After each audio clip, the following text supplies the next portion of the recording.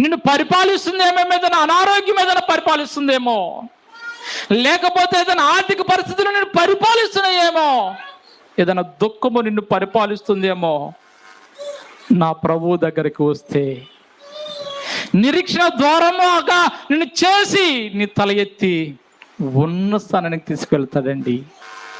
నీ యొక్క బాధలన్నిటిని, వేదనన్నిటిని కొట్టివేస్తాడండి.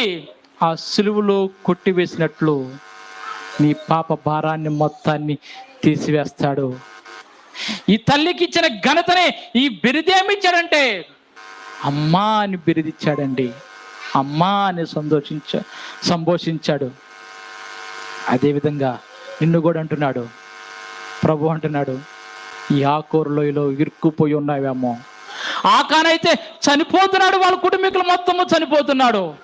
ఈ కాలంలో ఇప్పుడు కృపామయుడై